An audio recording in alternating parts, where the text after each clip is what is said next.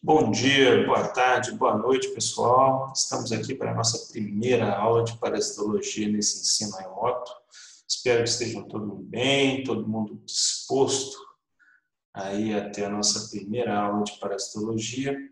Bom, durante o ensino presencial a gente conseguiu fechar aquela parte introdutória e ela tem tudo a ver com esse momento que nós estamos vivendo aí de pandemia, de vacina. Então, assim, para a população humana em geral foi uma porcaria, mas para a gente aprender um pouco sobre epidemiologia foi ótimo. Eu acho que isso vai ficar na vida da gente por um bom tempo. Bom, a gente inicia agora a segunda fase da disciplina. Nessa segunda fase da disciplina, a gente vai trabalhar as doenças de importância de saúde pública no Brasil. Primeiro nós vamos trabalhar com as doenças causadas por protistas e depois nós vamos trabalhar com as doenças causadas pelos vermes, os vermes animais. Então, nessa primeira aula, pessoal, nós vamos trabalhar aí com a leishmaniose tegumentar. Lembrando que a gente tem duas variações aí, a leishmaniose tegumentar e a leishmaniose visceral. Hoje nós vamos trabalhar com a leishmaniose tegumentar. A leishmaniose tegumentar americana, tratada aí pela sigla LTA, é uma doença de caráter zoonótico. Então, se a gente lembrar aí o que é uma zoonose, são doenças que circulam tanto em humanos quanto em animais. Então, ela acomete espécie humana, mas também uma vasta quantidade de mamíferos silvestres e também, aí um problema para nós, mamíferos domésticos, como ratos, como cachorros.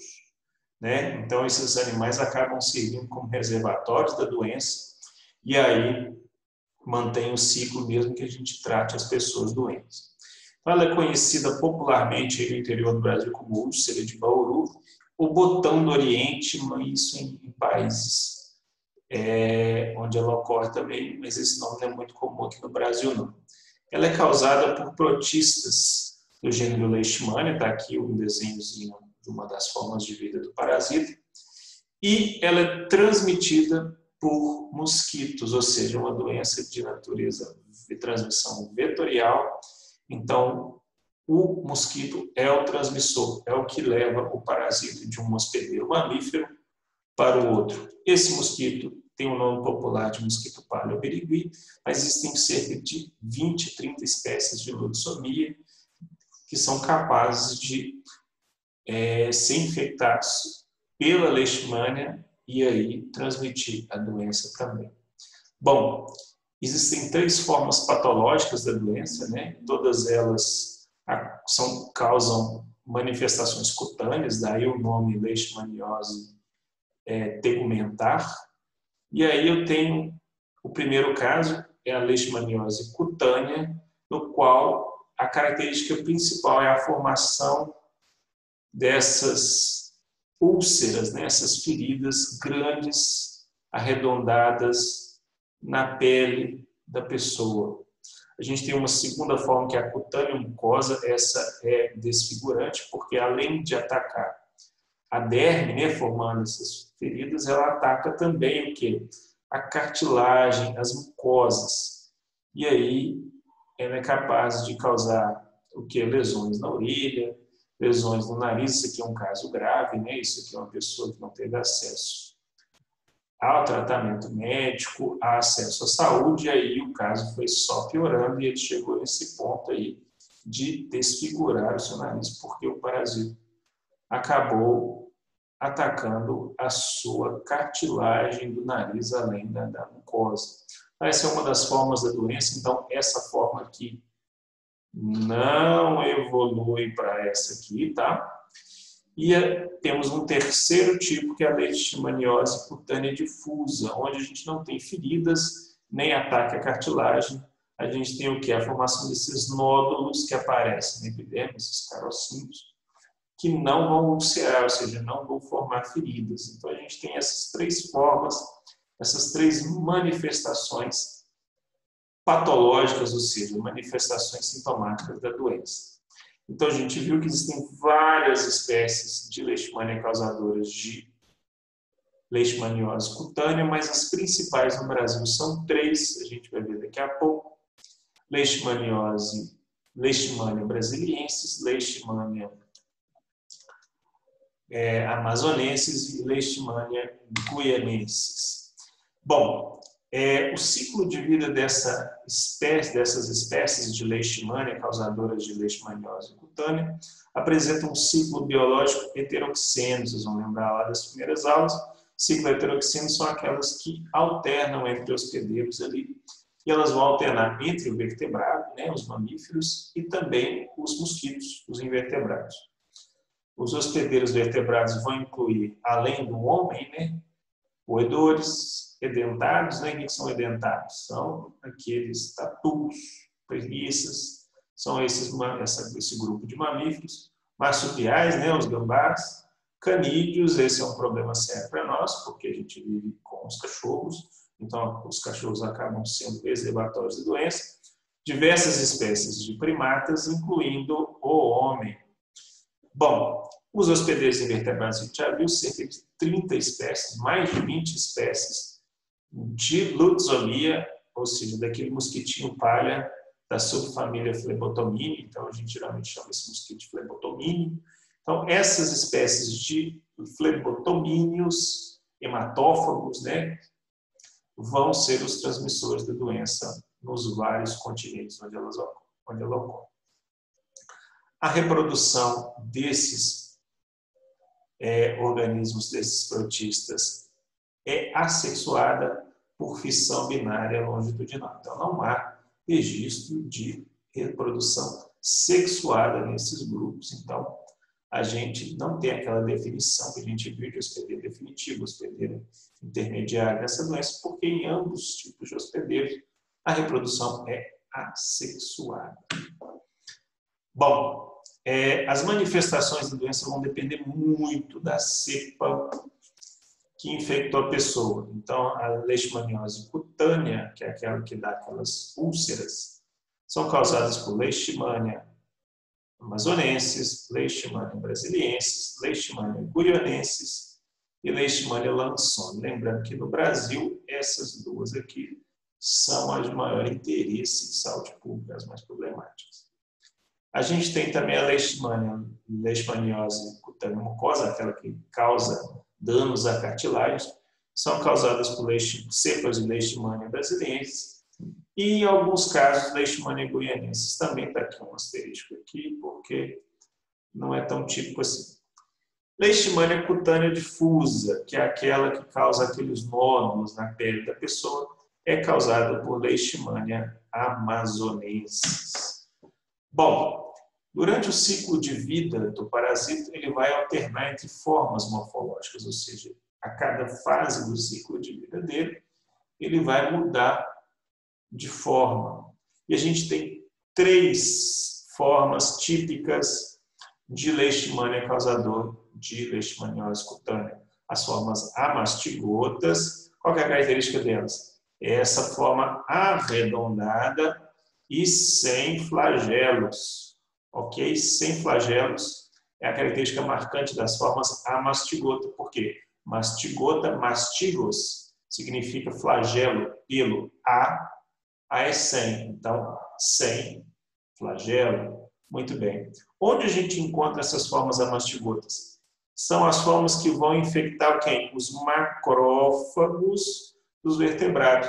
Então, assim que o parasita adentra dentro da circulação sanguínea do hospedeiro, o que vai acontecer? Eles vão ser atacados pelo macrófago, mas esses parasitas têm tropismo por macrófagos. Lembrando aí, tropismo é a célula preferencial, é a célula que tem a maior facilidade de infectar e se desenvolver. Então, os membros do gênero Leishmania têm preferência por quem?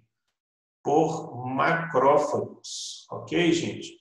Então, os macrófagos são o alvo dos parasitas, não hospedeiro vertebrado, e aí eles vão se transformar lá nas formas amastigotas. Então, lá que nós vamos encontrar as formas amastigotas. O segundo tipo são as formas promastigotas, que são formas alongadas e dotadas de quê? De flagelos mais longos. Onde a gente vai encontrar essa forma? Nós vamos encontrar no tubo digestivo do mosquito, tá? Além disso, nós vamos encontrar formas intermediárias chamadas de forma paramastigotas. A gente vai ver que alguns livros nem consideram muito essa forma, que existem só amastigota e promastigota, mas saiba que o quê? Existe uma classificação que não considera essas formas como promastigotas porque elas não são tão afiladas e o flagelo é mais curto do que das formas promastigotas. Onde nós vamos encontrar ela? Também no mosquito, aderidas ao epitélio do trato digestivo, ou seja, presas no epitélio do intestino do mosquito. Então, forma amastigota nos vertebrados, na gente, promastigota e paramastigota no mosquito, ok?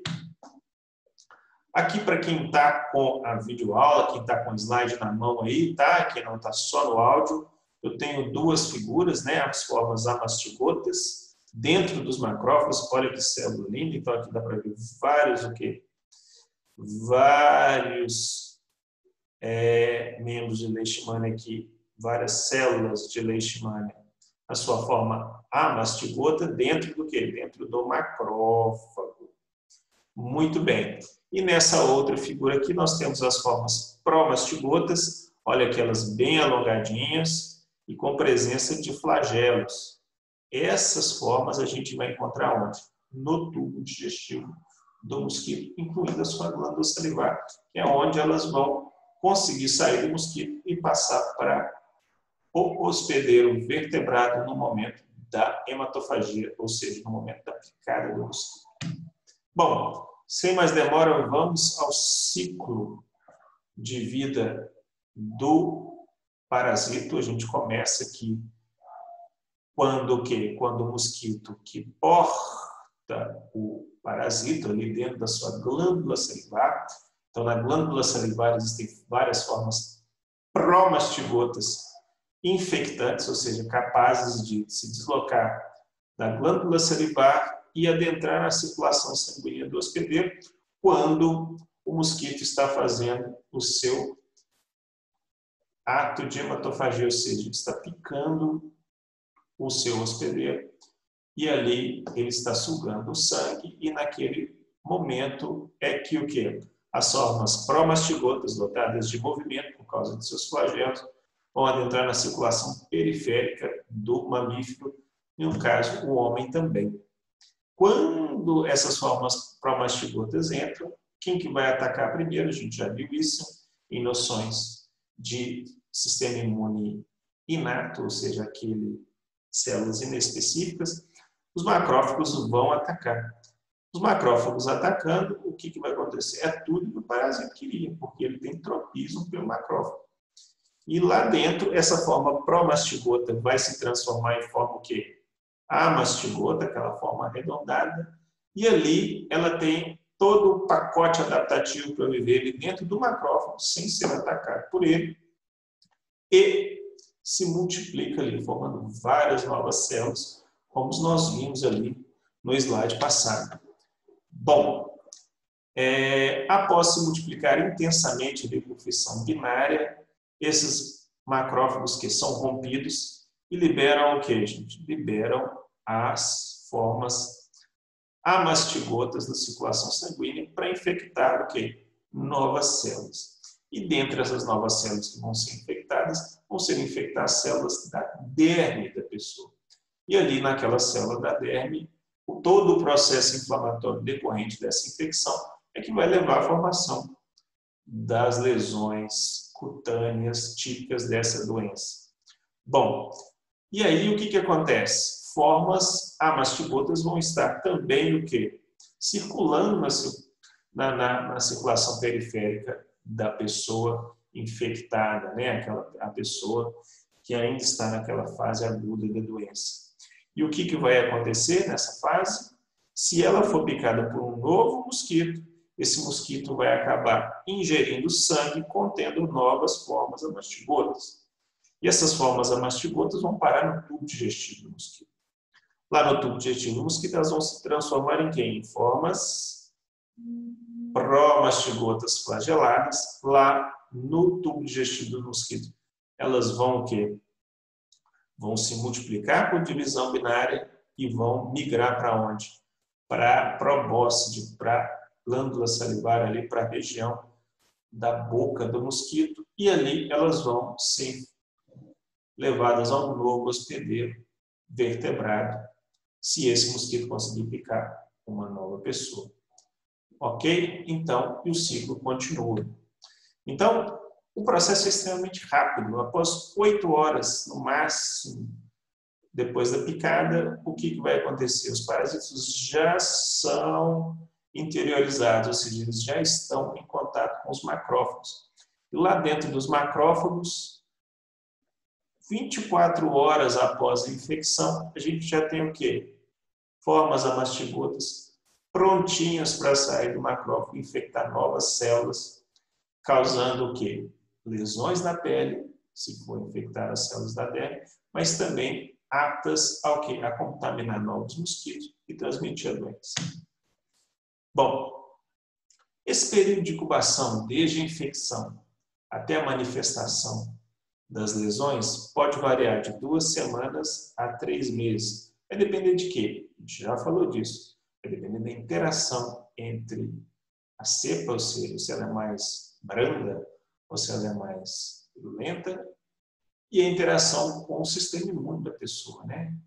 Então, o desenvolvimento, o curso de uma infecção depende desses 2 fatores, né? Por exemplo, a lesão pode regredir, pode permanecer estacionária ou pode evoluir para quadros graves, como a gente viu naquele desenho lá, a pessoa que se perdeu parte da cartilagem do nariz. Então, isso tudo vai depender do quê? Da interação parasita-hospedeiro. Muito bem, gente. Epidemiologia. Então, como é que a gente trata sobre esse assunto na leishmania? Então, acredita-se que é um ciclo parasita-hospedeiro silvestre. Então, o homem só entrou nessa jogada quando ele adentrou no ciclo silvestre da doença. Então, é uma doença que já circulava e quando o homem foi abrindo suas fronteiras, entrando para dentro do ambiente onde a doença já ocorria em primatas silvestres, entrou só mais um primata na jogada e aí a doença se espalhou na espécie humana. A doença tem um problema sério, por quê? Porque existem vários animais domésticos, de cachorros, e roedores, e gambás, etc., que acabam o quê? Sendo reservatórios da doença, e aí a doença não acaba a partir do momento que a gente trata as pessoas e regride a circulação entre humanos, porque ela vai continuar circulando entre os animais. Outro problema de saúde pública para essa doença é a grande diversidade de vetores. Então, existem várias espécies. Então, por exemplo, a dengue é um problema sério e existe uma espécie de mosquito que transmite. Imagina uma doença onde você tem mais de 20 espécies. Então, a disseminação dela no Brasil é um mundo muito grande. Bom, a distribuição da doença é mundial, existe em praticamente todos os continentes, porém, ela é típica de países em desenvolvimento. Por quê? Porque tem todos esses problemas de saúde pública e também se desenvolve melhor em países de clima tropical. Por quê? Porque no clima tropical é onde eu tenho o melhor ambiente para o desenvolvimento do inseto vetor. Então, a gente encontra a doença na Índia, no Paquistão, na divisa ali desses países do Paquistão com a Rússia, né, no centro da Ásia, no Mediterrâneo, né, aqueles países árabes, Oriente Médio, norte, centro e oeste da África, lembrando ali a parte sul da África é mais frio, climas mais amenos, não tem mosquito. Na América do Sul todinha, exceto o Chile, a América Central também tem muito, E na América do Norte, apenas no México, Estados Unidos e Canadá não tem registros da doença. Bom, a distribuição da doença no Brasil dá para ver aqui no mapa que ela coincide com o quê? Com a presença do inseto vetor.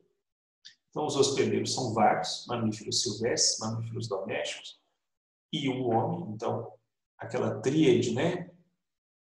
Ambiente, parasita e hospedeiro. Hospedeiro está para todo lugar. O ambiente para transmissão é o quê? É o mosquito que vai levar o parasita até o hospedeiro. Então, as áreas onde a gente tem menor transmissão são as áreas onde a gente tem menor incidência do mosquito. Bom, profilaxia. Lembrando, profilaxia é tudo que a gente faz para tentar evitar o quê? O contato do parasito com o seu hospedeiro humano. Então, no caso de inseticidas, ele é ineficaz, porque tem muitas espécies e onde a doença tem mais problemas são áreas onde as densidades de mosquitos são enormes, áreas ambientes silvestres, áreas menores, e aí o controle por inseticida é ineficaz. Então, nos ambientes urbanos, a gente controla o quê? Não tanto os insetos, mas a gente também tenta controlar o quê? Os reservatórios da doença. Vacinas são ineficazes para a leishmania, ou seja, não temos vacinas eficientes. Então, ainda não temos, mas é um campo de amplo estudo, com muito financiamento, principalmente por causa de exércitos. Os exércitos investem, o governo americano investe muita grana nisso aí. Por quê? Porque existem várias baixas de soldados em fronteiras, em áreas de selva, porque a leishmaniose é um problema sério. Então, os trabalhadores, né, quando vão em ambientes silvestres onde há suspeita do ciclo, ou seja, com registro da doença, o que a gente faz é o quê? Recomendar o uso de vestimentas adequadas, né, roupas que cobrem o corpo, e o uso de repelentes para evitar as picadas do mosquito. O tratamento. O tratamento da doença é um problema sério, porque leishmania, gente, é extremamente resistente a tudo quanto é droga que a gente usa. Então, as principais drogas com eficiência para a leishmania, elas têm um problema sério. São drogas que são altamente lesivas ao tecido humano também. Então, dá muito efeito colateral. Então, o controle da doença é muito complicado. Então, você tem que ir aos poucos, porque se você for com tudo para matar as doses que realmente acabam com o parasita, vão também acabar com você. A imunoterapia tem começado a se desenvolver, ou seja, você entra com alguma droga, alguma vacina que modula o seu sistema imune, ou seja, estimula o seu sistema imune a atacar o parasita. Tem funcionado, mas não para todos. Ok, gente? Então, essa é a nossa aula de leishmaniose tegumentar americana. Então, peço que vocês estudem o texto que eu coloquei lá para vocês, um resuminho do Ministério da Saúde, com todas as informações importantes sobre a doença. E vocês vão usar este texto para fazer a atividade de fixação. Já expliquei para vocês. Atividade de fixação vai valer nota, vai valer frequência. E ao final do bloco, né, deste bloco, que vão ter 3 conteúdos, nós vamos fazer uma atividade avaliativa desses 3 conteúdos e essa atividade avaliativa vai contar como nota para vocês. Estudem, fiquem concentrados aí, tentando, na medida do possível, não ficar ansiosos com a doença, e lembrando que a gente tem os plantões aí para tirar as dúvidas de vocês. Grande abraço para vocês e encontro com vocês na próxima aula sobre leishmaniose tegumentar, leishmaniose visceral. Um abraço, pessoal. Até a próxima.